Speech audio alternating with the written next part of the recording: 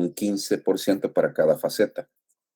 El 70% del peso que recibe la vértebra cae sobre el cuerpo vertebral y ahí debería mantenerse en condiciones normales. Ahora, cuando nos encontramos con un ciclo vicioso de enfermedad degenerativa discal, lo que sucede es que cuando la presión del disco aumenta y no hay forma en la que se libere un poco de presión, se recuerdan que el agua que absorbe el núcleo viene de las placas cartilaginosas de los cuerpos vertebrales, ¿sí? A través de un proceso de ósmosis, atraviesa las placas, llega al núcleo, porque en el núcleo todos, absolutamente todos, contamos con células que son afines al agua, son hidrófilas, los glucosaminoglicanos o proteoglicanos. Ahora, proteoglicanos es un término compuesto. Más adelante les voy a explicar un poco cómo es que cuando las proteínas y el azúcar se combinan, también empiezan a generar un proceso degenerativo. Bien, ahora, este proceso en el que el núcleo no puede recuperar la presión hidrostática normal, se recuerdan que esta presión hidrostática es la que preparaba el disco para soportar cualquier carga.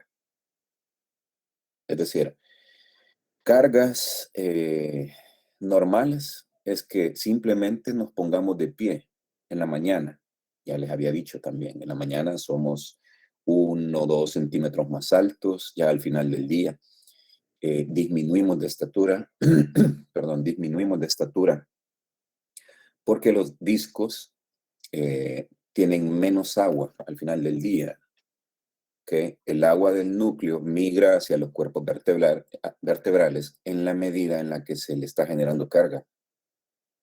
Bien, cuando volvemos a acostarnos, vuelve a absorber agua el núcleo. Y este es un ciclo permanente, chicos, de noche y día, ¿ok? El núcleo absorbe agua y pierde agua. Absorbe agua en el decúbito durante el reposo y pierde agua durante la carga de peso axial. Vaya, ahora, ustedes van a encontrar muchos casos durante su ejercicio profesional de pacientes con diagnósticos de hernias discales lumbares. También encontrarán hernias discales cervicales que no se comportan igual. Vamos a hablar un poco acerca de cómo se comporta un proceso degenerativo en el disco lumbar y cómo genera una hernia discal. Vamos a diferenciar también entre dos términos que necesito que manejen muy bien, chicos. Protrusión y hernia. O sea, protrusión. ¿Ok? Acuérdense de este término. La protrusión y la hernia de disco. O sea, ¿cuál es la diferencia entre estos dos términos? Bien, cuando empezamos esta área, voy a compartir pantalla. Cuando empezamos esta área de raquis lumbar módulo 6,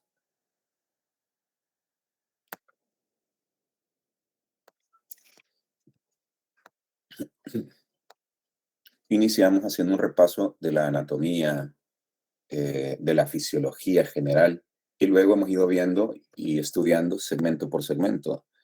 Hemos visto cervicales, hemos visto torácicas, ahora vamos con lumbares. Vimos un poco acerca del cráneo, a lo mucho generalidades, y vimos un poco también de pelvis. Y vimos la importancia de esta, y de las disfunciones en cualquier proceso que pueda llegar a sufrir el segmento lumbar, que tiene un origen ahí, a nivel de la pelvis, a nivel de la sacroiliaca. ¿Sí? Hemos estado analizando cómo es que algunos músculos pueden modificar la posición de un ilíaco, cómo modificando esta posición del ilíaco se puede percibir un dolor a nivel lumbar solamente por la tensión de los ligamentos iliolumbares. Ahora, el que se mueva un ilíaco y quede fijado en una de estas posiciones hacia las que se mueve, implica que también el sacro sufra esa tensión que provoca esa posición fija y permanente y se la transmite al segmento lumbar y el segmento lumbar al segmento dorsal. Entonces, lo que van a ir haciendo todo el resto de segmentos asociados, ¿sí? Que somos un esqueleto axial y apendicular, pero todo está unido. ¿Ok? Está unido, siempre hay espacios entre las articulaciones, ¿sí? Pero están unidos a través de los ligamentos, de las fascias, de la aponeurosis. Entonces, con esto, chicos, lo que quiero explicarles es que cualquier antecedente con nuestros pacientes de un traumatismo, por ejemplo, a nivel de miembro inferior, a nivel de un tobillo que sufre un esguince y no se trata bien, puede llegar a generar alguna disfunción a nivel de un ilíaco. Y pues claro, va a ser el ilíaco del mismo lado del esguince. Ahora, cualquier alteración a nivel del ilíaco se transmitirá al sacro, del sacro a las lumbares, y así comienza una cadena en la que, pues tarde o temprano, con toda la mecánica normal afectada, el cuerpo va a empezar a avisar. Se van a sobrecargar estructuras que no tienen funciones de carga de peso, como el caso que les acabo de explicar en la vértebra, y se van a empezar a dar procesos degenerativos, ¿sí? Por sobredemanda de estas estructuras.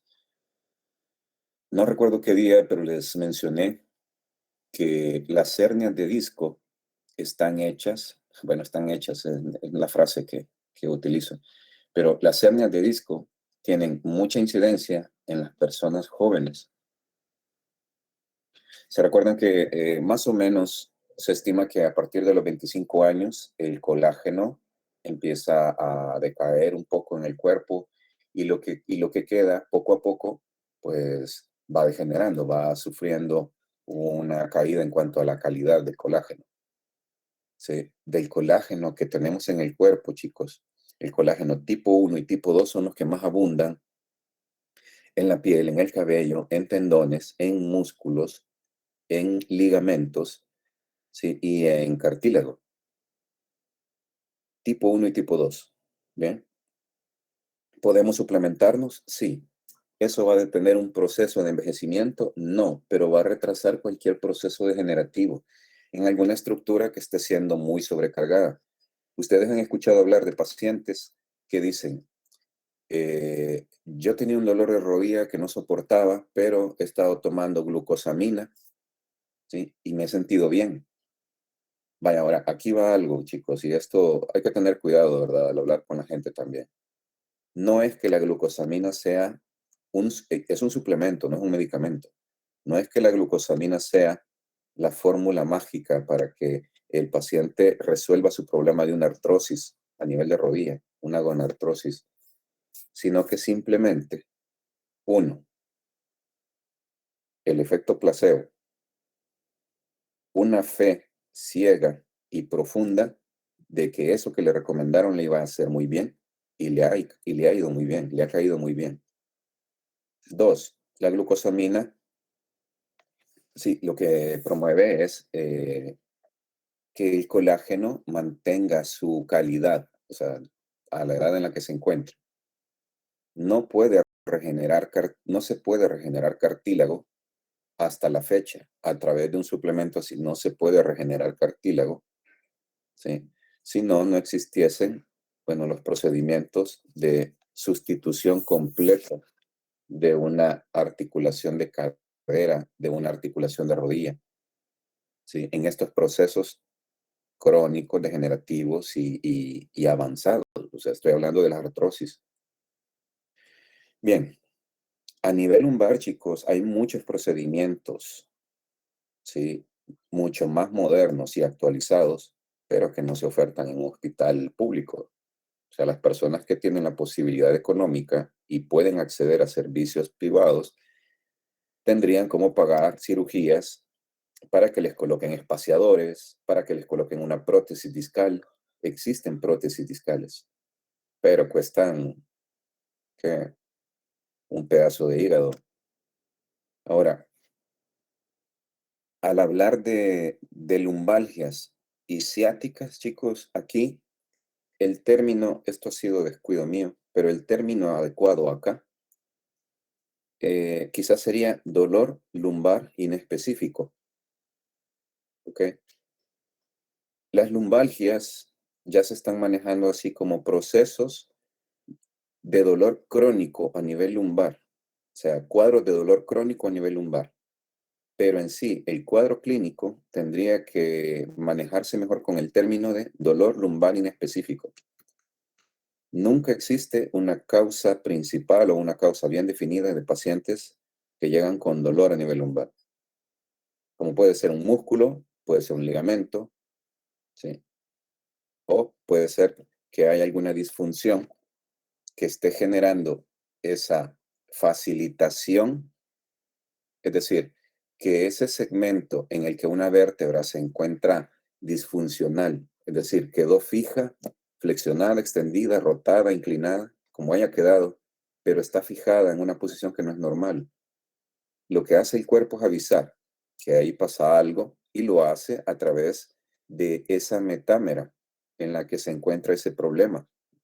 A ver, cuando ustedes, eh, cuando ustedes atiendan a un paciente con dolor lumbar, ¿sí? El paciente por lo general maneja rigidez, maneja dolor a la palpación, ¿sí? Ahora, yo les pido a ustedes, con el permiso del paciente y sin temor, exploren según el nivel de lesión, y esto lo vamos a saber solamente, por ejemplo, palpando las espinas, o sea, palpando las apófisis espinosas lumbares, presionando sobre ellas para ver cuál es la que se encuentra más sensible a la presión.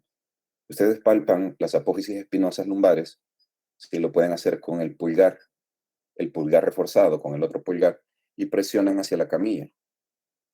¿Sí? Una de estas va a doler más. Entonces, si ustedes están seguros de cuál es, váyanse al segmento de piel. El segmento de piel de esa metámera, por ejemplo, L4, está en el muslo. L5 baja la pierna, S1 baja la pierna, pero en la parte posterior. Entonces, aprieten, ¿sí? Si apretan la apófisis espinosa y duele, están valorando que esa metámera está hipersensibilizando todo lo que le toca inervar. ¿Sí? El hueso, ¿sí? Es la vértebra. La piel sería la piel del muslo. Vayan a hacer un pinzado, ¿sí? Es decir, pellizquen la piel, traten de levantar y esa dermalgia, es decir, el que ustedes pellizquen la piel y tiren hacia arriba de la piel, generaría un dolor que normalmente no da. Por ejemplo, lo pueden comparar con el otro muslo y se van a dar cuenta de que no duele el otro muslo. Este sí, cuando ustedes pellizcan, duele. ¿Sí? Entonces, un segmento medular tiene a cargo un dermatoma, que es la piel, un miotoma, que es el músculo, un esclerotoma, que es el hueso, viscerotoma. Aquí, a nivel lumbar, no hay viscerotoma. A nivel dorsal, sí, ahí abundan. ¿Sí? Tiene un angiotoma, que sería como la parte vascular, como la parte de irrigación sanguínea a esa región del cuerpo. Y tiene un fasciotoma. El fasciotoma es la fascia de ese segmento. O sea, van a tomar la piel y ahí están tirando también de la fascia superficial. Bien, ahora, Eh, hola. Lick, tengo una consulta. Sí, Robert. Como al tirar, bueno, lo que entiendo yo es el rollo de Kibler es una técnica para comprobar lo de las apófisis, pero no sé hasta qué punto llega, si solo es dermatoma o también incluye los miotomas. No, ahí, Roberto, valoramos dermatoma y tirando así de la piel, haciendo ese pinzado, el test de Kibler. Lo que hacemos es valorar también qué tanto está adherido ese segmento de piel a la fascia superficial que está por debajo del tejido graso subcutáneo. Entonces ahí se va. Por ahí preguntaban si lo que estoy hablando no lo estoy presentando. No, ahorita estoy haciendo una introducción aburrida, sí, yo sé, pero quería empezar con esto antes de comenzar con la presentación. Entonces, Roberto, con eso valoramos dermatoma. Dermatoma. Si presionamos sobre la vértebra a través de la apófisis espinosa, valoramos el esclerotoma, la parte ósea que le toca inervar a ese segmento medular. Perdón, ahora, miotoma. El miotoma va a ser, ¿qué? Desarrolló puntos gatillos. Vamos a valorar ahí presionando sobre el músculo a ver si hay puntos específicos que generen dolor. Entonces, una metámera facilitada, es decir, una metámera que esté muy receptiva a señales dolorosas, que ya esté generando una hipersensibilización, una sensibilización central, hasta que no se resuelva ese problema, esos músculos que tengan esa vértebra ahí así en mala posición, que no se quite la tensión de ese segmento, entonces, pues todas estas señales de las que les estoy hablando se van a mantener a nivel de piel, ¿sabe cómo pueden hacer para valorar la parte vascular? Les estoy hablando de L4, L5, ¿sí? Ese es el segmento que cuando ustedes presionan la vértebra, el paciente estando en prono, ¿verdad? Presionan la vértebra y duele, ¿sí? Duele el segmento lumbar. Y si se van al muslo, ¿sí? Y hacen también ahí pueden hacer esto, chicos, pueden con su dedo, ¿sí? Hacer una fricción sobre la piel profunda y rápida. Es para ver si responde bien la piel a este estímulo. Es decir, friccionan con fuerza, buscando que se enrojezca. ¿Sí? Si enrojece con 4 o 5 deslizamientos profundos de su dedo en esa zona, entonces la parte vascular, pues, todavía está bien. ¿Sí? Ahora, lo pueden hacer en la Eh, espalda también. ¿Sí, Roberto? Al presionar el área lumbar, bueno, tenía entendido un poco que creo que es de medir la presión porque al haber mucha presión sobre la apófisis espinosa de posterior a anterior no podría provocar una anterolistesis. No, Roberto, no tenemos la fuerza para provocar una arteriolistesis, sobre todo así en posición prona. No, o sea, Ok, gracias. no existe el dato, no existe el dato a la fecha, y aparte que no van a generar 10, 15 libras de presión sobre la vértebra. Es suficiente que generen por lo menos 4 o 5 libras, estamos hablando de 2 kilogramos de fuerza, para que ustedes se den cuenta de que solo con esa presión, ¿sí? La vértebra ya es sensible, duele. ¿Ok? Ahora, ¿saben qué?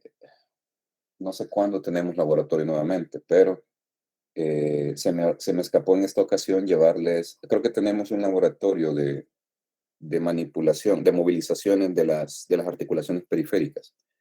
Les voy a llevar un medidor de fuerza, un algómetro de presión, o sea, no es un algómetro de presión, pero es un medidor de fuerza que lo que mide es cuánto soporta, por ejemplo, un músculo en un punto gatillo, cuánto soporta de presión. ¿Sí? Hay pacientes que con 1 o 2 libras de presión ya les genera dolor ese punto gatillo. Entonces, yo lo ocupo como para mostrarle al paciente, mire, ahorita usted lo máximo que tolera son 2 o 3 libras de presión sobre este punto. Ahora, trabajamos, ¿qué? Manipulación del tejido, pinchamos el punto gatillo y luego en la siguiente sesión ya tolera 7, 8 libras de presión. Puede tolerar más.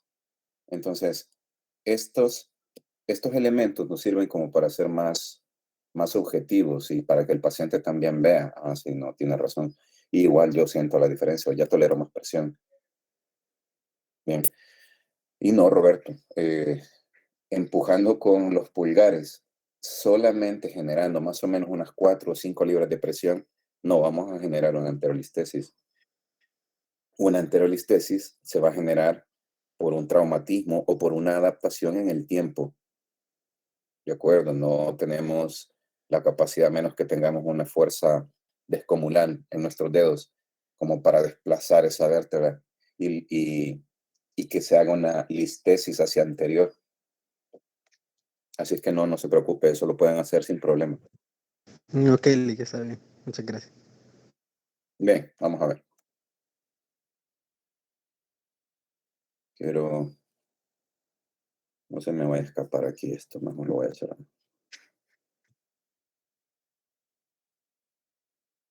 Bien, de nuevo, chicos. Si yo les muestro esta imagen, ustedes de inmediato ya ubican las partes. Es una vértebra lumbar tipo y ustedes ya así, sin pensarlo tanto, ya tienen en su mente todas las partes que la componen. ¿Sí? Así es que esperaría que, bueno, esto para ustedes sea como las vocales en este lenguaje. ¿Sí? Ahora, cuando ven estas imágenes, yo creo que ya las asocian mejor y ya se imaginan aquí qué es lo que estoy viendo. Por ejemplo, en la figura 8, ustedes están viendo un segmento de vértebras, ¿sí? Desde una visión posterior. Y ese ligamento que miran ahí en verde, al centro, saben qué ligamento es, ¿verdad?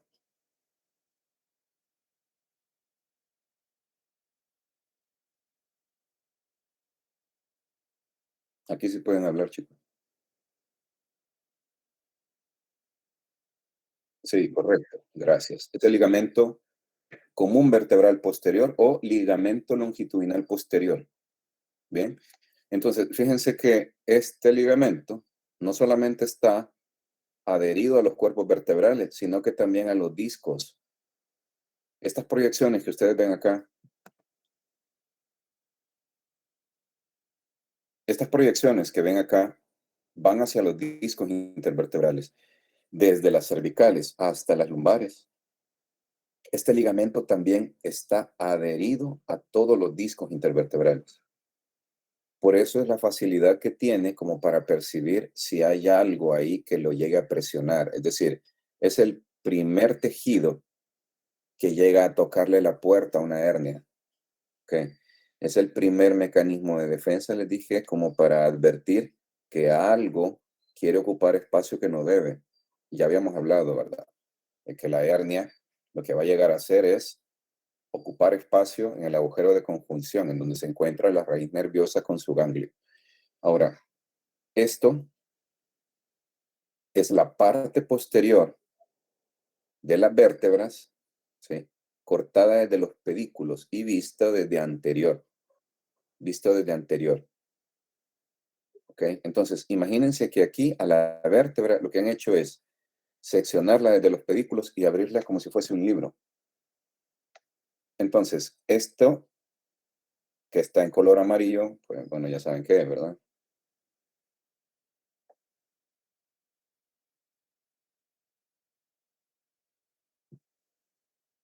¿Cuál es ese ligamento, chicos? ¿Me ayudan, por favor? El ligamento amarillo. Ajá, correcto, ligamento amarillo. Este ligamento de acá, Intertransverso. intertransverso. Este de aquí, El cigapofisario. ajá. Estos son los que mantienen, mantienen unidas a las articulaciones sigapofisarias, o sea, son los ligamentos interapofisarios. Bien, ahora, de esto, ustedes ya no tienen problema en identificar las estructuras de tejido conectivo que mantienen estable a un segmento vertebral. Ya los ligamentos se los pueden al revés y al derecho. ¿Okay? Yo creo que ya no tienen problemas con eso. En esta vista lateral, se pueden ubicar a otros ligamentos. Por ejemplo, este de aquí, ¿cuál sería? El común vertebral Longitudinal anterior. anterior. Ajá, correcto, gracias.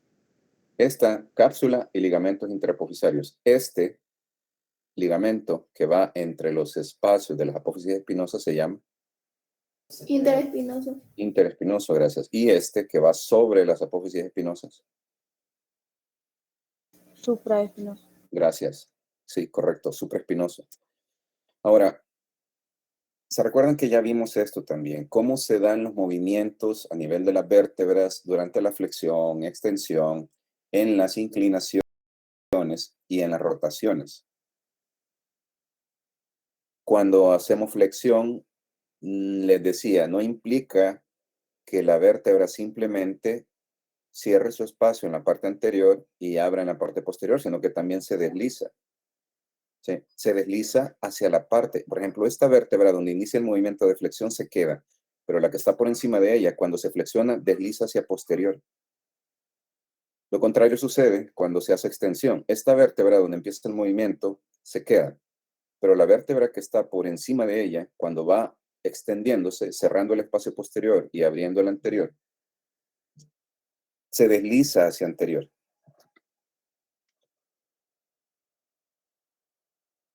Se desliza hacia anterior. Ahora, estas estructuras, ¿sí?, en flexión van a limitar el movimiento.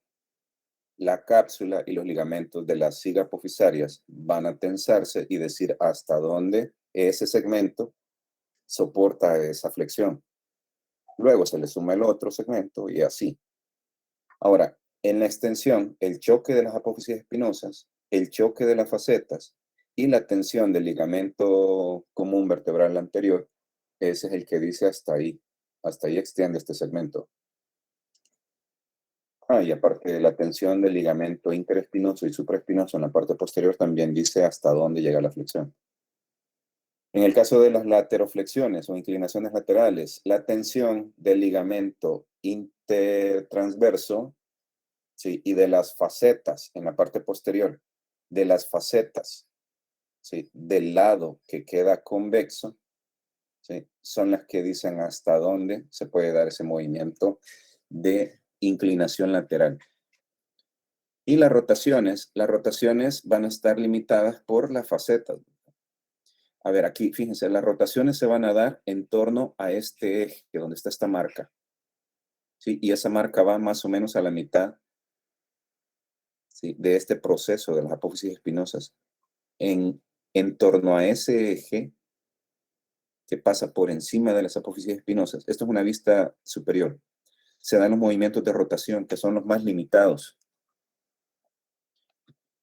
Los movimientos de rotación a nivel del raquis son los más limitados.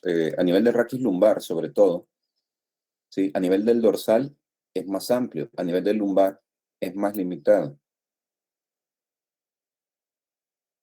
Bien, ahora, estos movimientos, chicos, los hemos repasado porque el día de ayer en el laboratorio, no, el día de antier, el miércoles en el laboratorio, yo les hablaba sobre la combinación de movimientos ideales para que se termine de lesionar un anillo fibroso, se rompa sus fibras y se genere una hernia.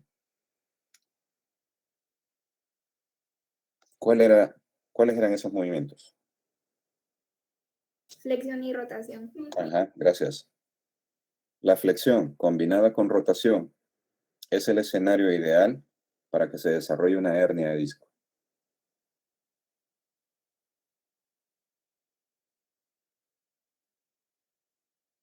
Bien, ahora vamos a hablar de enfermedad degenerativa discal y les dije, vamos a distinguir entre una protrusión y una hernia de disco. Una protrusión puede, con algún movimiento, empujar. Por ejemplo, si yo flexiono y al tiempo también inclino hacia el lado contralateral del lado que estoy probando, yo puedo generar una compresión por ese movimiento. Cuando yo llevo a neutro de nuevo el segmento, ya sea cervical o lumbar, esa protrusión ya no molesta. ¿Sí? Pero si hay una hernia, esta va a molestar en cualquier posición. Bien, una protrusión no termina de generar una compresión total porque las protrusiones aún no extruyen el contenido del núcleo, del disco intervertebral. Ahora, no es en sí, así como lo dice la diapositiva, no es en sí el proceso lo que genera el dolor, sino que son las fases finales de este proceso.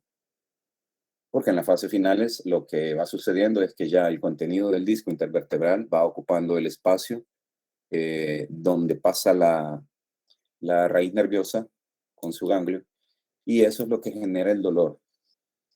A ver, lo que sí es evidente en todos los procesos es que se ven todos estos escenarios. Desgarros anulares, estoy hablando del disco, protrusiones discales, compresión nerviosa por una hernia ya generada, y la estenosis, que es disminución del espacio en el agujero de conjunción. Esto es un disco normal, ¿de acuerdo? Cuando el proceso de degeneración comienza en un disco, el disco pues ya no tiene la capacidad de amortiguar, ¿sí? de medir o desplazar su contenido hacia donde se dé el movimiento. Entonces se disminuye el espacio y hay un mayor contacto de las superficies articulares. Ahora, este peso que soportaba muy bien esta vértebra con ayuda de su disco, ahora ya no es lo mismo. Ahora distribuye peso hacia la parte posterior y se empiezan a dar estos cambios. Ustedes van a ver en las radiografías que siempre, o casi en el 95% de los casos, hay un proceso degenerativo óseo también que ha sido secundario a un proceso degenerativo discal. Es decir, el disco murió. Bien. Durante los años posteriores a la muerte del disco se fue generando un proceso adaptativo. ¿Sí? Fíjense que aquí no exagera el autor del libro. ¿Sí? Este libro es de François Ricard, de la Escuela de Osteopatía, y muestra gráficamente qué es lo que sucede cuando el disco intervertebral pues se seca. ¿Sí? Toda la carga que se manejaba equilibradamente se pierde, es decir, ya se le pasa la carga que recibía el cuerpo a las facetas y esto empieza a generar que las facetas respondan como el cuerpo lo sabe hacer. O sea, aquí lo que va a hacer el cuerpo es empezar a generar otras formaciones de hueso en respuesta a la presión que están recibiendo estas facetas. Y lo que se empieza a ver es la formación de osteofitos. Y estos osteofitos son los que terminan generando estenosis o cerrando este espacio. Bien, no generó problemas la hernia, el disco se fue secando, ok. Entonces, ahora, aparte de que se ha dado una listesis, ok, si ven acá, ya no hay alineación. Esta vértebra se ha desplazado hacia posterior en relación a la que está subyacente a ella. Y ya no hay alineación de estos cuerpos vertebrales. Eso lo confirmamos en las radiografías, chicos. Ahora, esto que ven acá es una hernia. Esto que ven aquí es una hernia. ¿Sí? Ya invadió el espacio. Una protrusión, chicos, realmente puede ser quizás asintomática. ¿Sí? Una protrusión casi en el 80% de las personas son protrusiones, o sea, en el 80% de los pacientes son protrusiones. Y estas protrusiones a veces no llegan a generar síntomas radiculares, es decir, no llegan a generar dolor que baja hasta la pierna, que baja al muslo, al pie, sino que se quedan solamente como con una condición de dolor lumbar crónico. Ok, ahora, la destrucción del disco, ¿sí? Puede empezar en etapas tempranas. Estoy hablando de que hay casos reportados de pacientes con 26, 30 años en los que ya hay un proceso degenerativo. Un proceso degenerativo en el que el disco ya empezó a secarse, ¿sí? Y se seca, ¿por qué? Porque si se sale el contenido del disco, chicos, ¿sí? Que es el núcleo pulposo, es el núcleo pulposo el que se encarga de mantener la presión del disco. Es decir, este es el que se rellena de agua. Si sale, ya no hay capacidad de que se genere presión hidrostática aquí para que se sigan soportando bien las cargas. Entonces, se va a dar una hernia, ¿sí? cuadros de dolor, dolor incapacitante para el paciente, se tiene que operar si de gravedad empieza a perder fuerza. Yo les había dicho que hay pacientes que optan por no operarse. Como todas las hernias se comportan diferente, entonces hay pacientes que prefieren llevar el proceso, ¿sí? Aunque lento, pero prefieren llevarlo a no operarse. Eso va a implicar, bueno, cuadros de dolor, algunas veces un mal movimiento les genera dolor. Miren, es un proceso complicado, chicos, porque los pacientes generan temor al movimiento y eso afecta todo su control motor. O sea, después hay que trabajar control motor a nivel pélvico, control motor a nivel de todo el raquis. Nos vamos a ir hasta las cervicales. Se lo digo porque ya he pasado por procesos con pacientes, procesos largos con pacientes que han optado por no operarse. Bien, yo recuerdo el caso de un paciente que era diabético. Este paciente lo que decía era de que tenía miedo porque el médico le había dicho que podía haber riesgos en la operación porque él estaba un poquito con sobrepeso. Y creo que fue demasiado gráfico el médico porque le explicó que podía quedar con un step ash. O sea, sin la capacidad de poder levantar la punta del pie para la marcha. ¿Sí? Iba a quedar con una marcha de arrastre así, con ese lado. Entonces le dio miedo. No entiendo a la fecha, y a mí no se me olvida ese caso porque pues hay médicos que siento que hablan más de la cuenta a veces. Y no se me olvida ese caso porque me extrañó que un neurocirujano le dijera, es un paciente. Si lo evaluó, los reflejos osteotendinosos no estaban tan alterados, o sea, estaban levemente disminuidos cuando se comparaban de una pierna a otra, pero no estaban tan abolidos, o sea, era muy, muy pequeño el compromiso que había a ese nivel como para que le dijera, mire, o sea, realmente lo que puede hacer es perder la movilidad a nivel de la raíz nerviosa de L5, L4. Bien. Y pues nos tardamos en que él tomara ya más conciencia de su condición, que fuera llevando trabajamos una vez a la semana.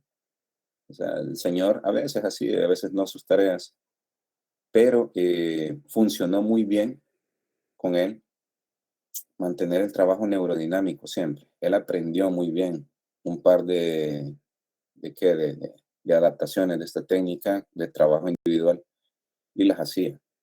Sí, ahí con su pancita y todo, pero las hacía. Ahora, quiero aprovechar y mencionar el caso de una de sus compañeras que se acercó hace poco en el laboratorio no recuerdo qué día. Se acercó a comentarme el caso de una señora que ya lleva 3 meses de haber sido intervenida, una disectomía también, por lo que me han comentado, y que después de los 3 meses no recupera movilidad. Hasta ahí los datos. Yo no la he visto, no la he examinado. Entonces, a ver, hay 2 escenarios acá. Me dicen que no es diabética. Sí, esto era para terminar de que me entiendan. El señor ya tenía una neuropatía diabética, es decir, ya la sensibilidad ya estaba fallando a nivel del pie. Entonces, él tenía miedo de que perdiera completamente sensibilidad y movilidad, o sea, quedar bien jodido. Por eso fue que optó por mejor llevar un proceso, aunque lento, pero así conservador. Bien, ahora, esta señora, por lo que me han dicho, fue intervenida hace 3 meses y no recupera movimiento. O sea, es demasiado tiempo ya como para que no haya movimiento. Si fuese posible, lo ideal sería que a estas alturas le tomaran una electromiografía. ¿Sí? Con la electromiografía se vería cuáles nervios están completamente bloqueados, es decir, no envían ni reciben señales. Sí, no recuerdo el nivel, por aquí está la compañera, que ayer me escribió el chico de módulo 6, no, el 6, de módulo 8. No está por aquí. la chica que se me acercó.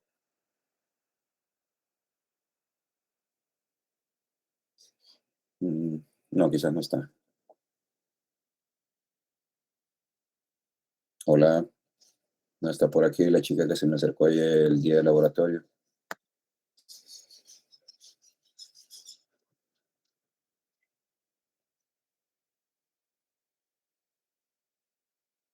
Tengo 61 conectados. Bueno, bien, entonces, esta señora ya lleva mucho tiempo, ¿sí?, sin esa respuesta. Ok, aquí, negligencia o mala respuesta. O sea, mala respuesta por parte de la señora, o sea, es su cuerpo en sí. Mala respuesta al procedimiento o un mal procedimiento. Bien, a estas alturas, chicos, un buen neuro, ¿sí? Un buen neuro ya verifica al día siguiente de la lesión que esté moviendo, que pueda mover los dedos, ¿sí?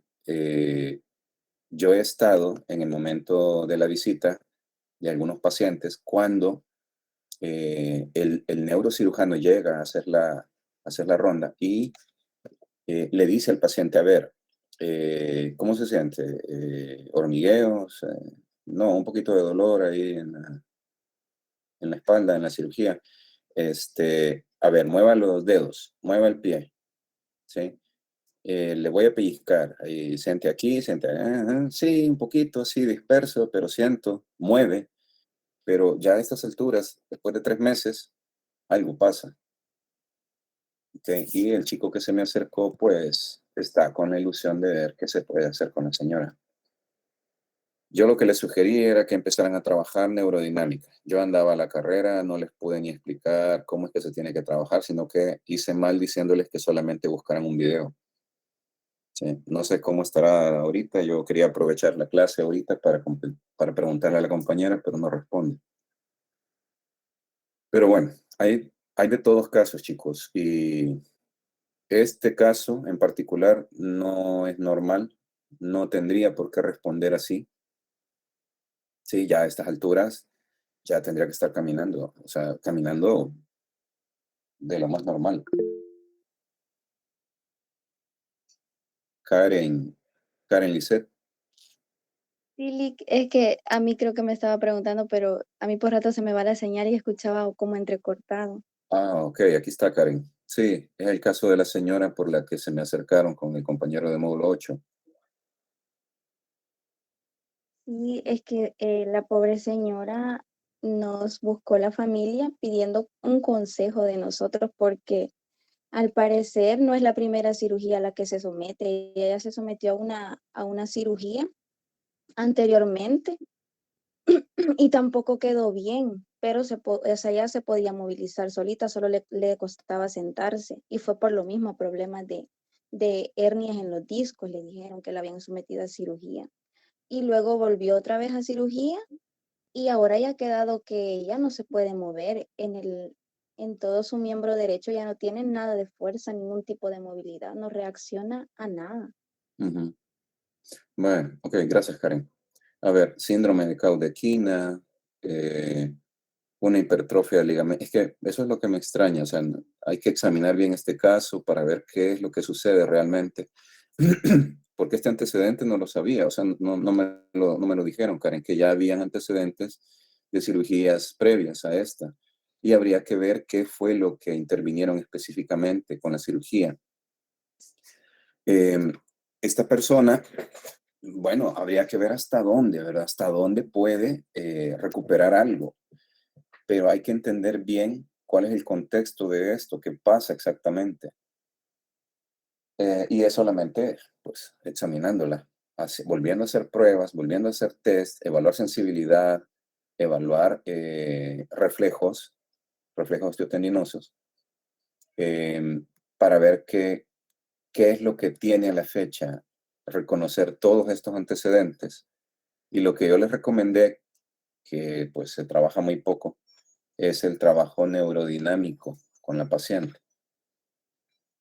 El trabajo neurodinámico, chicos, lo que haría sería, pues, tratar de evitar que se adhieran las raíces nerviosas, evitar que se adhieran y conseguir que el paciente recupere así gradualmente un poco de sensibilidad y fuerza.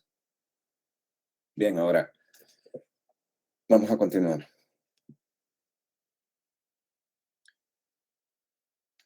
El envejecimiento natural del disco. A ver, chicos, esto es de todos. Bien. O sea, todos pasamos por esto. Todos. Ya les va a llegar su turno. Ah, y sobre todo si hacen pesas. ¿Sí? Si les gusta el trabajo de gimnasio. Esto se adelanta. Bien. Ahora, su servidor sufrió ya, sí, una hernia con una hernia diagnosticada a la edad de 33 años.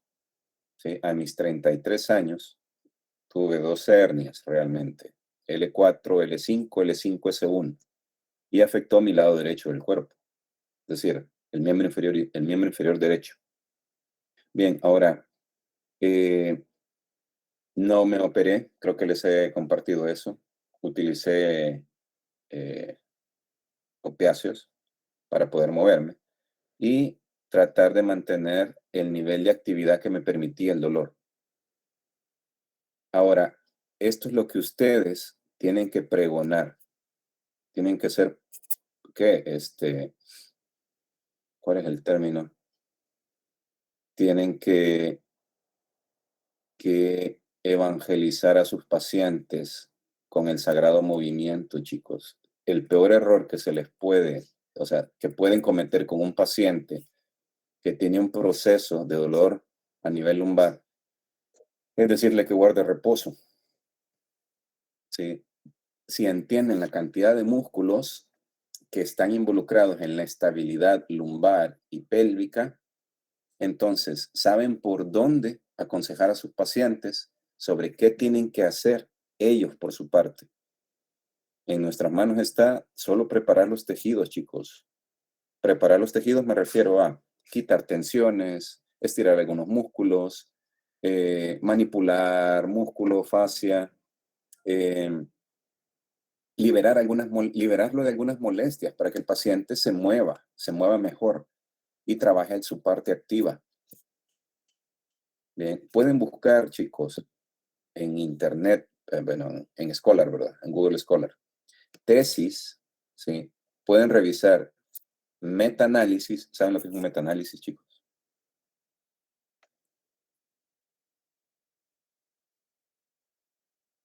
Si no saben, anoten el término. A ver, Lourdes. Lou, ¿sabe qué es un metaanálisis? No, Lick. Ok. Ariel. Roberto.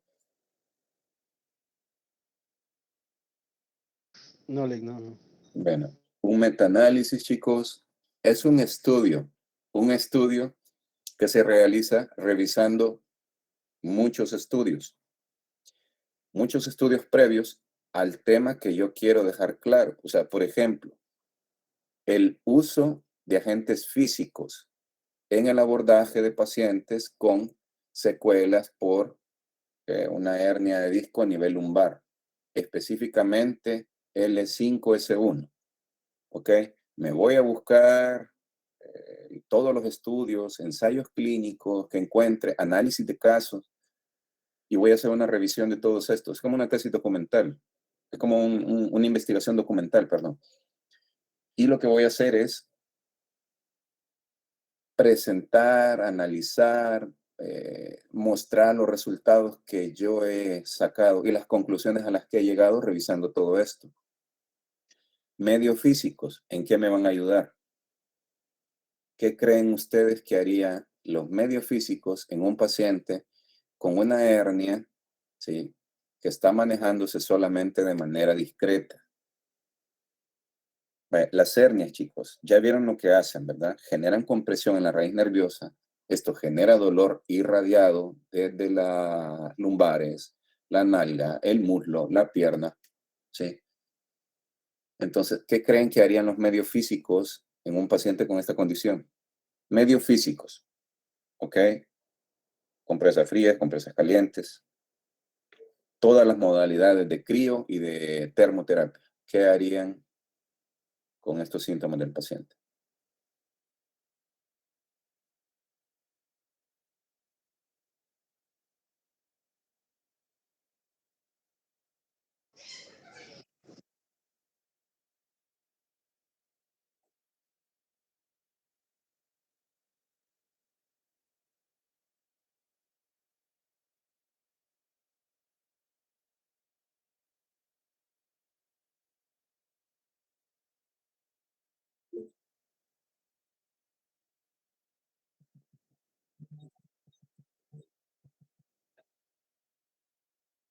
¿Eh? Por ahí quiero que concluyamos en algo. Los aliviaría, puso Luis por ahí. Realmente lo que haríamos aquí sería solamente aliviar un poco las sensaciones de dolor, ¿ok? Con el fin de que el paciente tenga la capacidad de moverse mejor. Bien, si el paciente se mueve mejor, pues se le facilita todo. No se interrumpe mucho sus actividades de la vida diaria y puede cumplir con las tareas que le asignemos, o sea, la parte activa.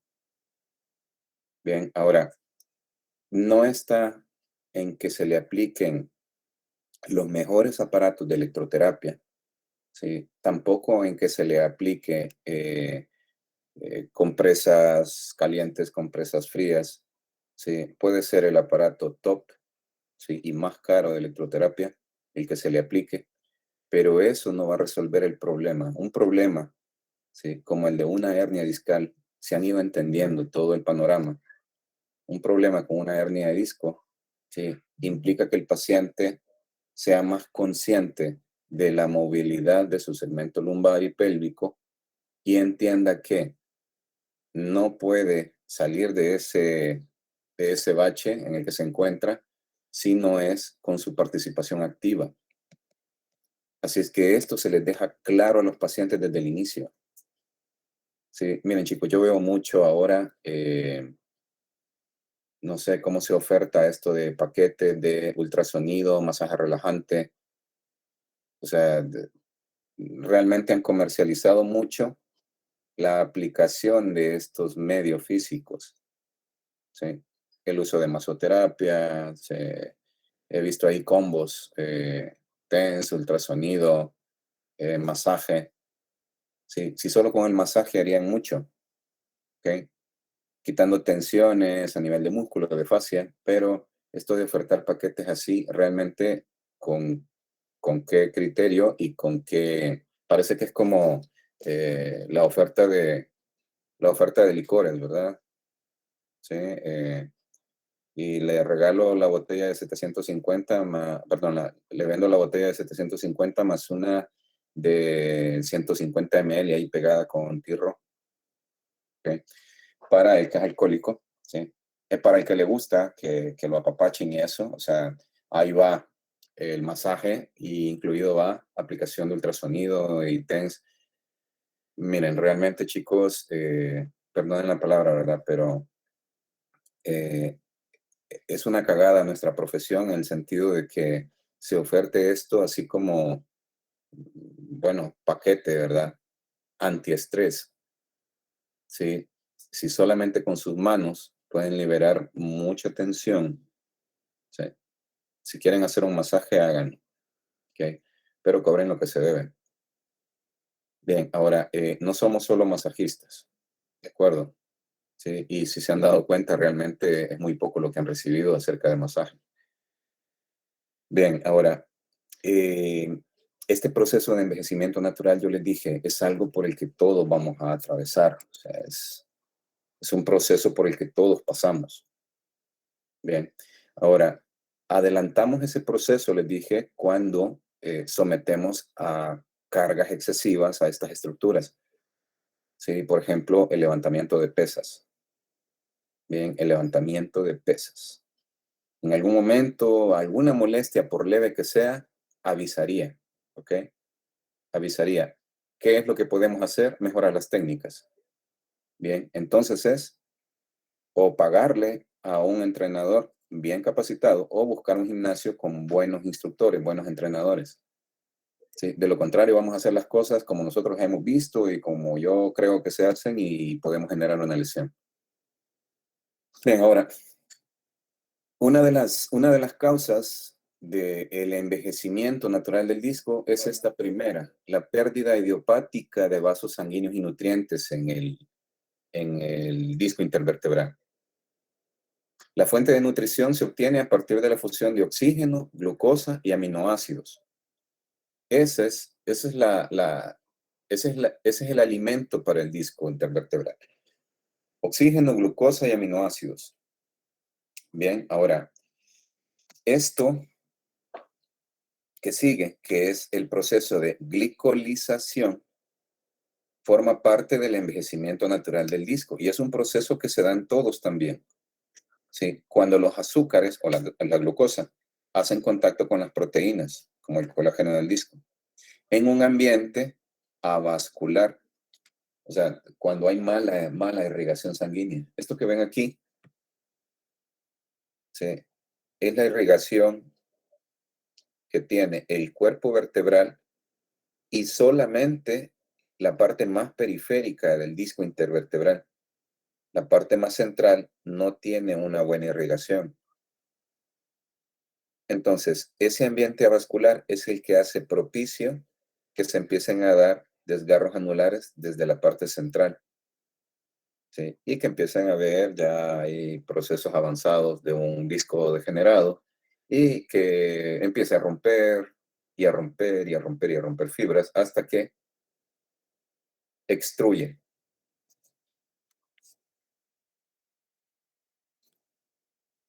Esto que ven aquí es un disco con un anillo fuerte y con un núcleo bien hidratado. Bien, ahora, ¿qué es lo que va a generar esto? ¿Sí? Cuando hay mucha presión, está muy presurizado el núcleo.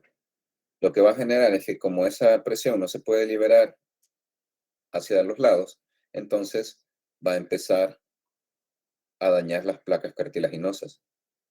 Esos son cambios, se reconocen con el nombre de cambios Modic del cuerpo vertebral y solamente se pueden ver con un examen específicamente con un TAC.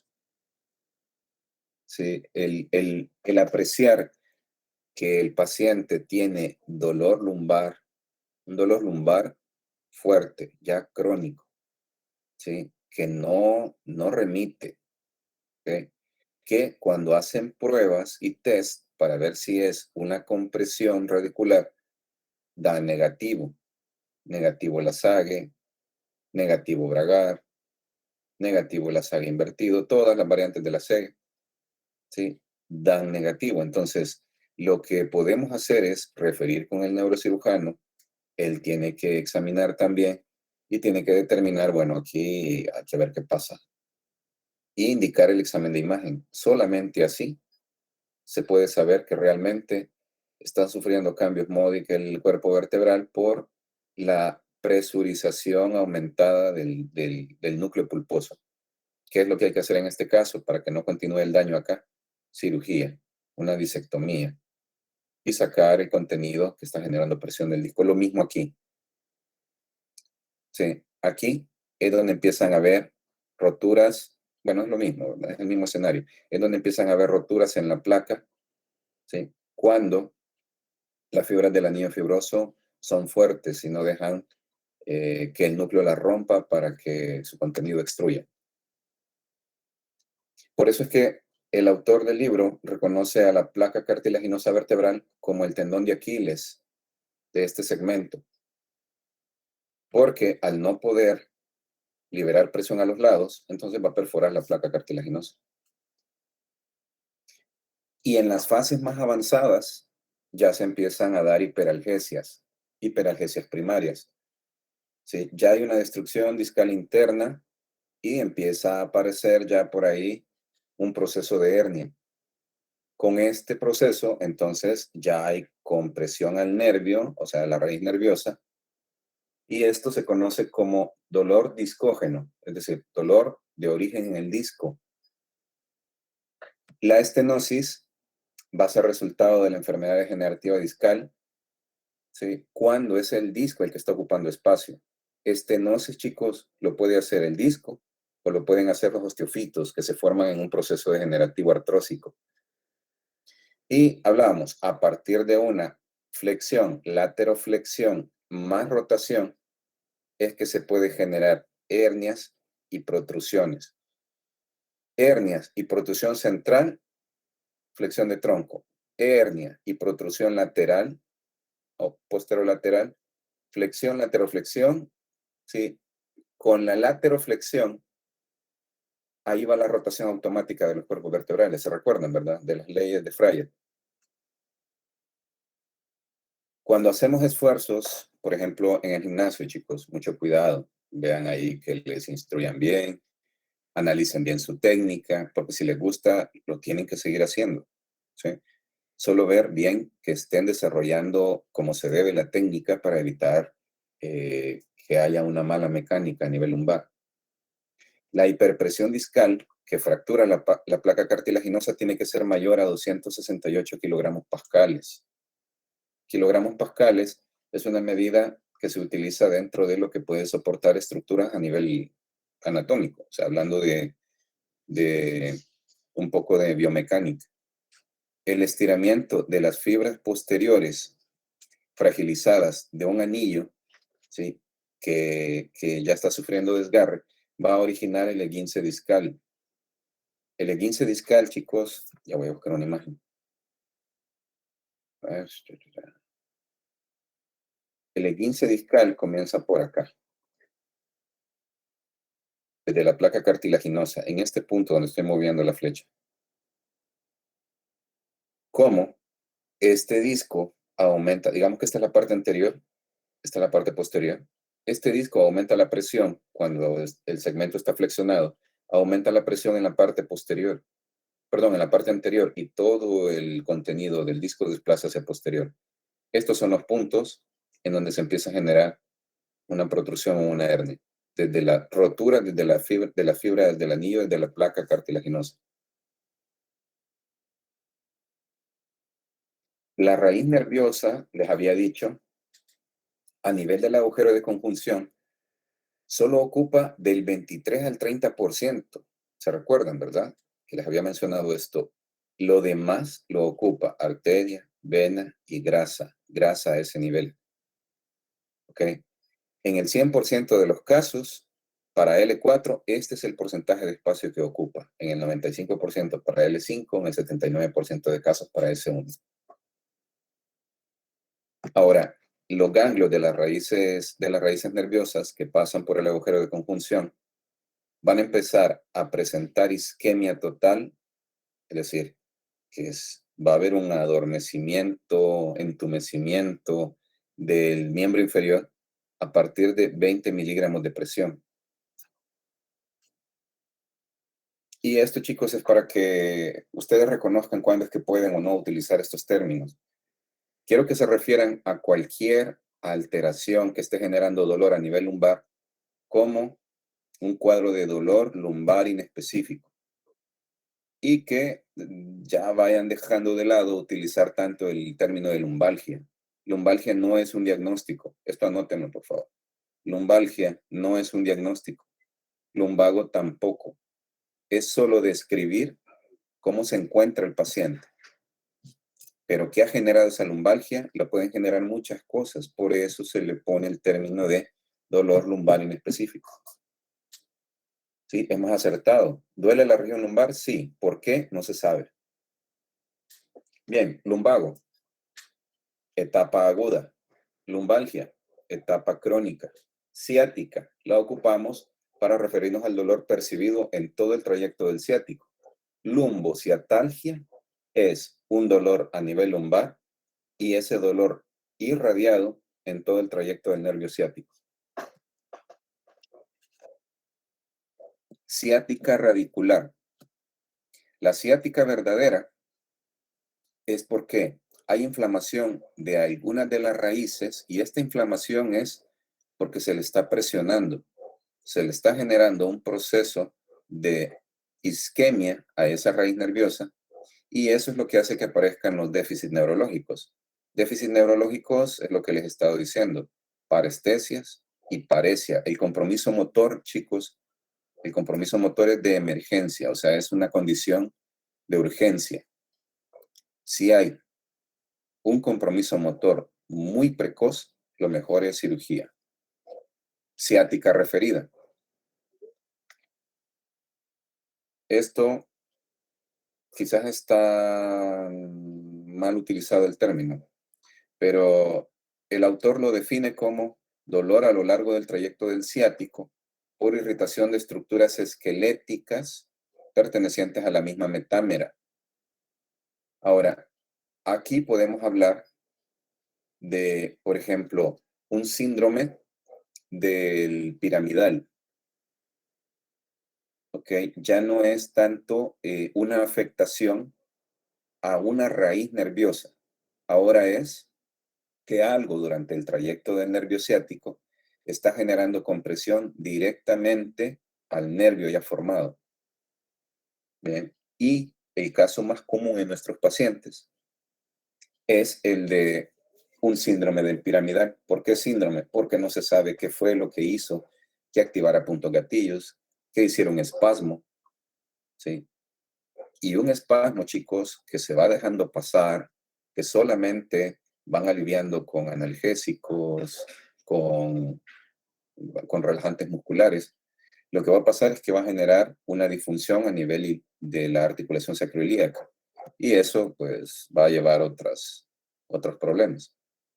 Bien, esto que viene, esto solamente es un esquema como para presentar las presiones discales que puede soportar un disco en todos los movimientos del raquis lumbar, pero específicamente a nivel del segmento L5-S1.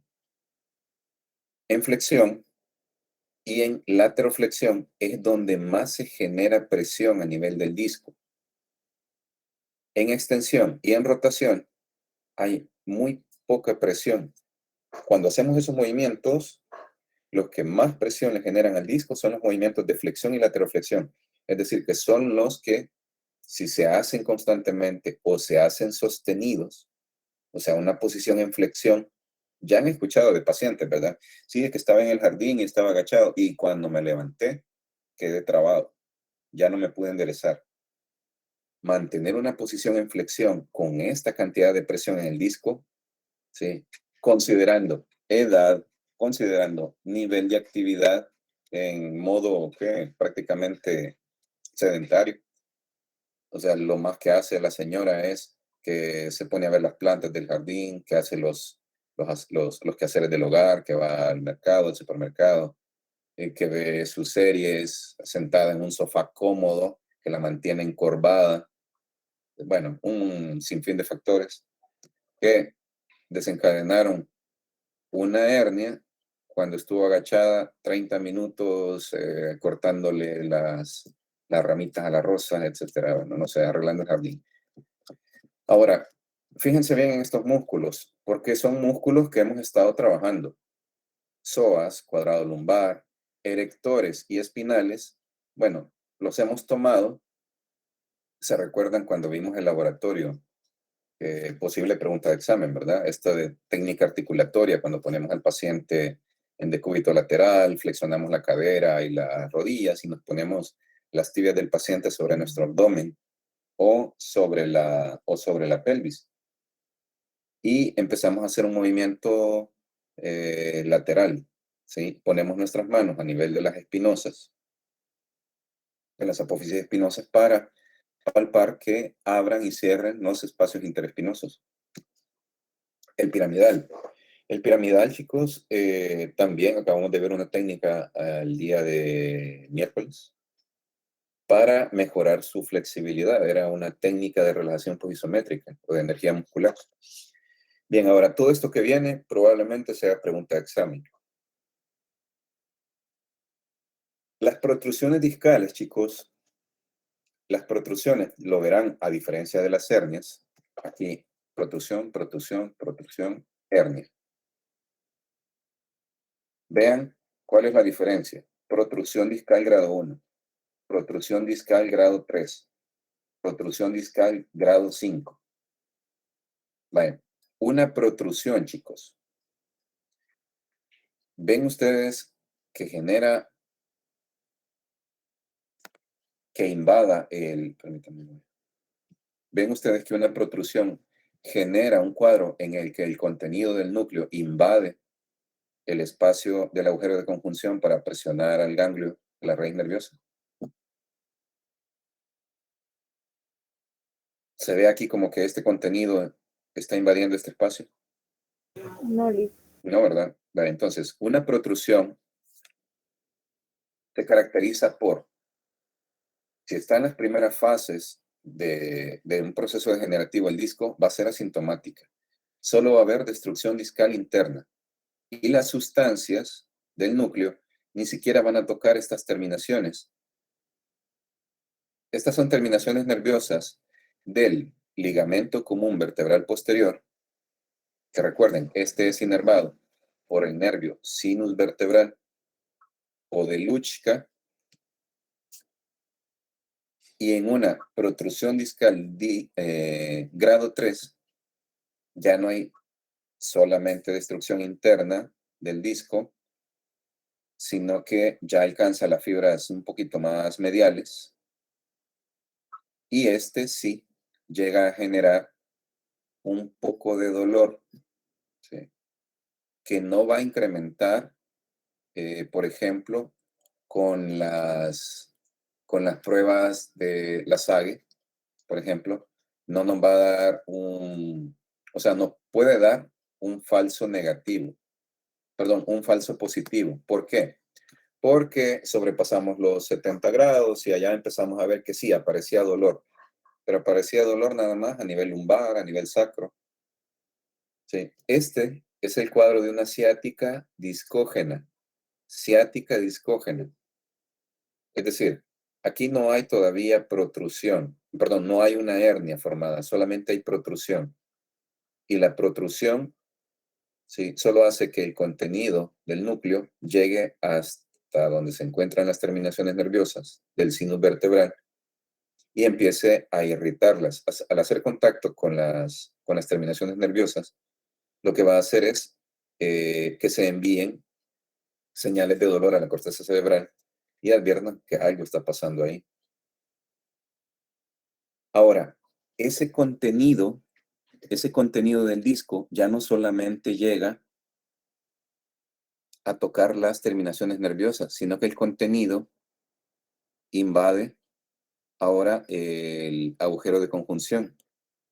¿Sí? Hay un escape de sustancias de esto, del contenido del núcleo, y este cuadro se conoce como radiculitis química.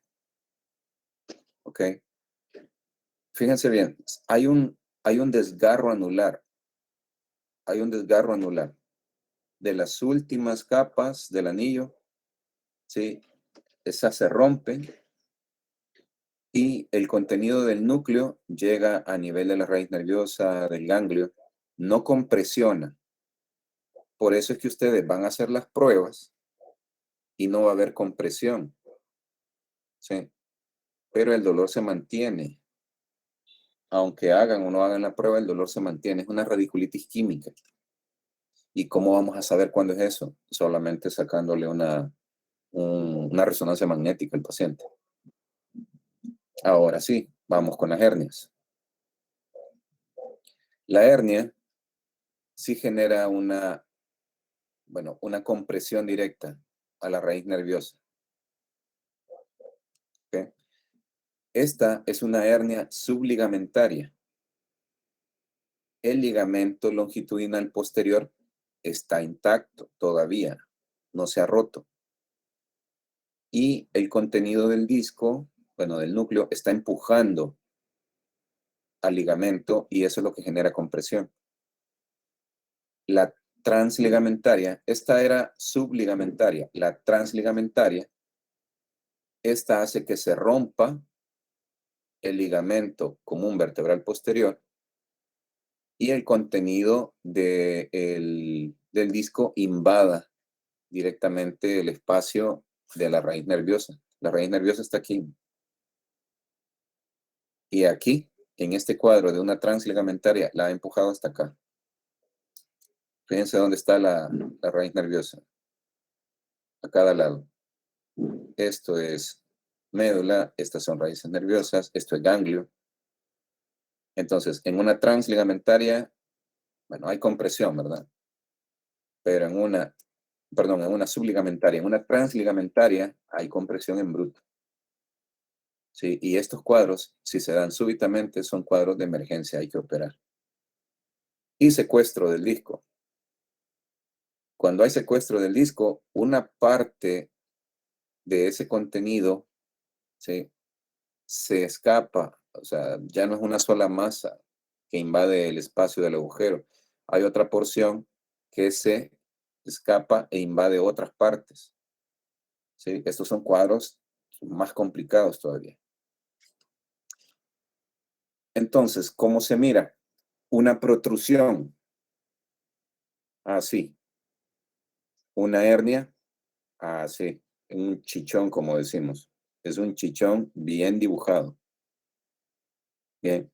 Ahora, fíjense. Esta es L5. Esta es L4. L3, L2, L1. Esto ya es torácico.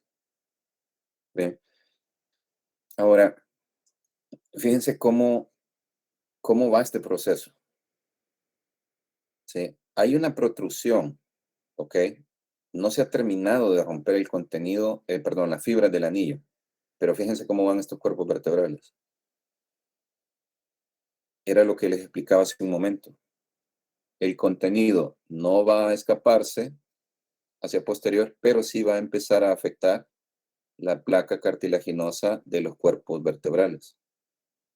A diferencia de este se mira como que más regular la línea de las placas. Pero sí rompió las fibras del anillo fibroso y extruyó. Esto sí es una hernia. Bien, chicos. ¿Tienen preguntas? Todo esto que acabamos de ver, protrusión, hernia, estoy seguro de que por ahí probablemente, quizás, tal vez, pueda venir en el examen. Lo más seguro es que es posible. Entonces, ¿tienen alguna pregunta?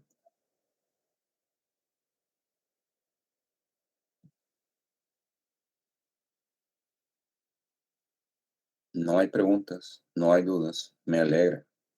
¿Okay? Espero, ¿sí?, que este examen pues les vaya mucho mejor. ¿Okay? Si tienen más dudas y no han querido preguntar, les voy a subir los capítulos, el capítulo 7 del libro de tratamiento osteopático de lumbalgias y lumbociáticas por hernias discales. Entonces, ahí van a poder encontrar más detalle de lo que hemos estado viendo. ¿Podría repetir la diferencia entre protrusión y hernia? Ok, Brenda. La protrusión, ¿sí?, no va a generar una compresión directa a la raíz nerviosa, Brenda. Lo que va a generar es que se escapen sustancias que se encuentran en el contenido del núcleo pulposo, que invadan el espacio de la raíz nerviosa. Entonces, aquí es donde van a encontrar cuadros de radiculitis química, sobre todo. Radiculitis química. El contenido traspasa el ligamento, traspasa las últimas fibras del anillo fibroso, el contenido del núcleo pulposo. Y esas sustancias, al entrar en contacto con el ganglio de la raíz nerviosa, al entrar en contacto con, las terminaciones nerviosas que tiene el ligamento longitudinal posterior generan una radiculitis química. Ahora, eso es en la protrusión. En la hernia, todo el contenido del núcleo empuja, se sale del espacio del anillo fibroso. El anillo se rompe por completo y empieza a empujar al ligamento común vertebral posterior. Solo para volver a reforzar eso. Fíjense bien en el dibujo, por favor. Esto es una hernia. ¿Sí? Todo el contenido del disco, perdón, del núcleo pulposo invadiendo el espacio del agujero de conjunción donde está la raíz nerviosa. Hernia. Bien. Protrusión.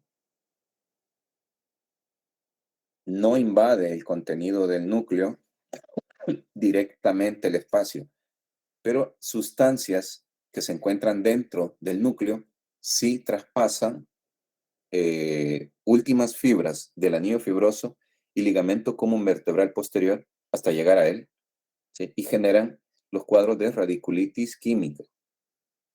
Estos cuadros nos van a dar un verdadero negativo de, por ejemplo, un Lasague, ¿ok? Un Lasague que nos va a dar negativo porque no hay una compresión directa. Hay una radiculitis química por las sustancias del núcleo que han invadido ya al espacio donde se encuentra la raíz nerviosa y porque están irritando las terminaciones nerviosas del sinus vertebral, del nervio sinus vertebral. Bien, no sé, Brenda, si con eso queda claro la diferencia entre una y otra. Los demás compañeros lo tenían claro. Sí, dice Brenda. ¿Los demás compañeros? Sí. Ok, qué bueno. Bien, chicos, entonces esto sería todo, ¿no? Ahora, quiero que asocien esto con todo lo que ya hemos estado viendo. O sea, pacientes con hernias en etapas agudas, lo hablábamos el día del laboratorio, no van a poder realizar abordajes que lleven ese movimiento o posición en flexión. ¿De acuerdo? Para pacientes así, lo que van a buscar es abordajes en extensión. ¿Sí? Por eso es que van a haber algunos laboratorios con el método Mackenzie. A nivel lumbar, ¿sí? Mackenzie es efectivo para tratar pacientes con secuelas o que estén pasando procesos degenerativos discales y que ya hayan generado una protrusión o hayan generado una hernia. Y ya les dije, chicos, a ver, la hernia puede ser asintomática, pero la mente es tan poderosa, chicos, que si un paciente se da cuenta que tiene una, empieza a somatizar y entonces sí aparecen los síntomas. Y suena absurdo, así como que gracioso puede sonar, pero es así. ¿Okay? La mente es poderosa y la curiosidad de los pacientes cada vez es más asombrosa. O sea, se autodiagnostican. Lo que encontraron en Google, eso es. ¿Ok? ¿Y cómo fue la búsqueda? ¿Sí? Dolor en la espalda baja. Sí, les aparece una cantidad de cosas y con lo que ellos sienten, yo siento esto, entonces esto tengo, ya se diagnosticaron. ¿Ok? Algunos llegan con el diagnóstico del médico, otros llegan autodiagnosticados. La mayoría que van con el diagnóstico del médico es como si hubieran visto en internet y se autodiagnostican. ¿Ok? Cualquier proceso, chicos, que ustedes reciban temprano de un paciente que llega con dolor a nivel lumbar y que ya va con la radiografía y que va con la indicación del médico de que le hagan fisioterapia, que le pongan TENS, ultrasonido, láser, que le pongan compresas, que le hagan masajes, que haga ejercicios. ¿Qué ejercicios? Ustedes son los encargados de saber qué tipo de ejercicios van a utilizar. Bien, pero el médico ya les dijo también todo lo que tienen que hacer. Entonces, no se vale, ¿verdad? No es así la cosa. El médico que diagnostique su parte, que indique el tratamiento farmacológico, y nosotros hacemos nuestra parte. Bien, entonces, recuerden, chicos, lumbalgia, lumbago, no es un diagnóstico, ¿ok? No es un diagnóstico, es una condición clínica, ¿ok? Un diagnóstico, ¿sí? Podría ser que el paciente ya presente un cuadro de una espondilolistesis traumática, ¿ok? Se fracturó la vértebra, el cuerpo vertebral se desplazó hacia anterior y el segmento posterior se ha desplazado hacia posterior. Todo ese segmento puede generar una columna inestable y llegar a generar un lío fuerte, porque si se desplaza por completo, entonces generaría un síndrome de cauda equina bilateral. ¿Y qué implica eso? Una parálisis, ¿sí? O hemiparálisis, puede ser de un solo miembro inferior o de ambos. Lo más recomendable es, pues, que el paciente ya no realice actividades extremas, ¿verdad? De deporte o algo.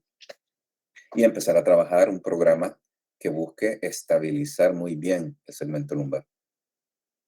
Yo tuve la oportunidad de trabajar con el hijo de la licenciada Dalide.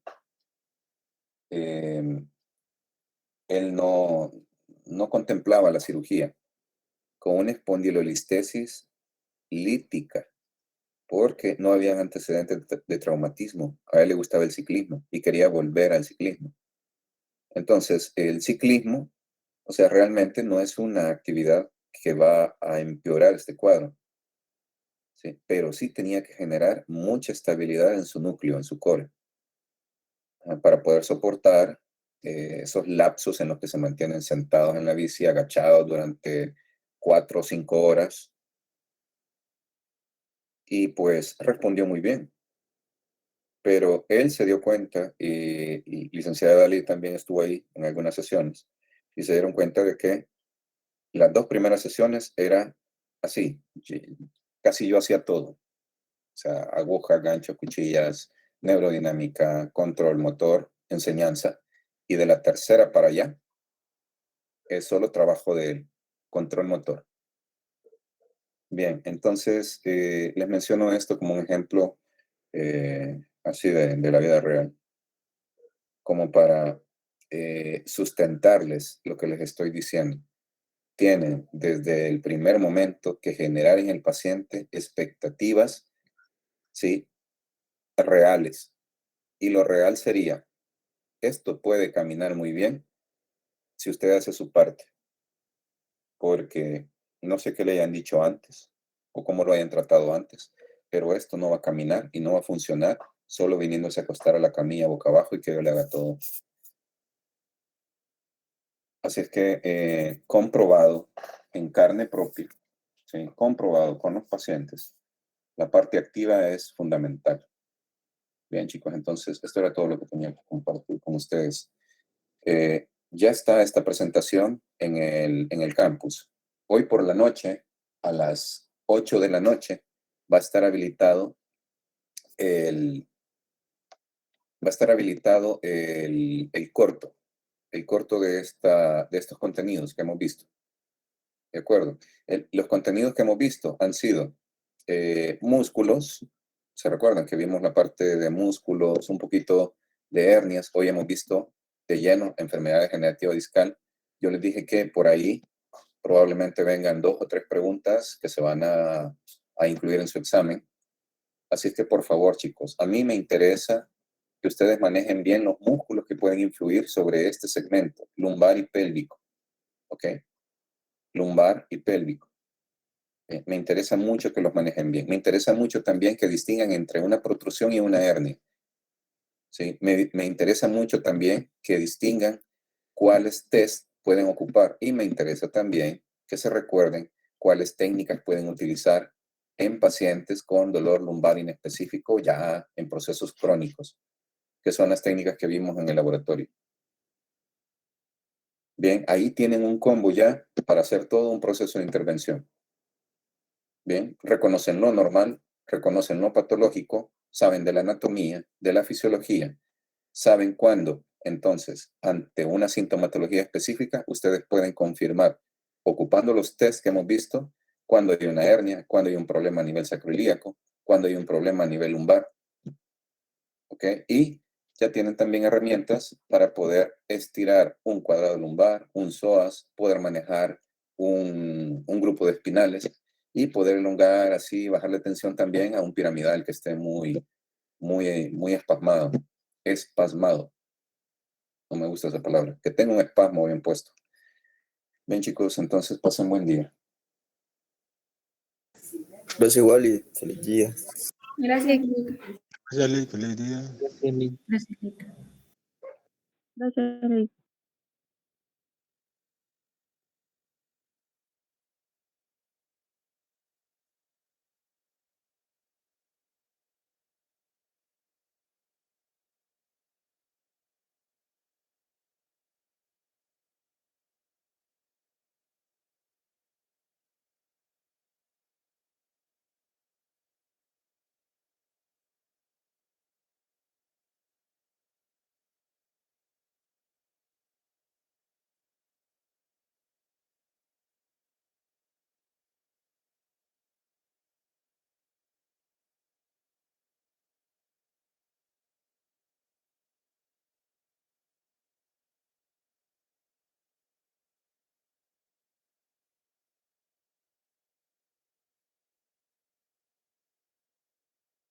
Una pregunta, ¿será que ahorita vamos con Lick Blanca o hasta en la tarde?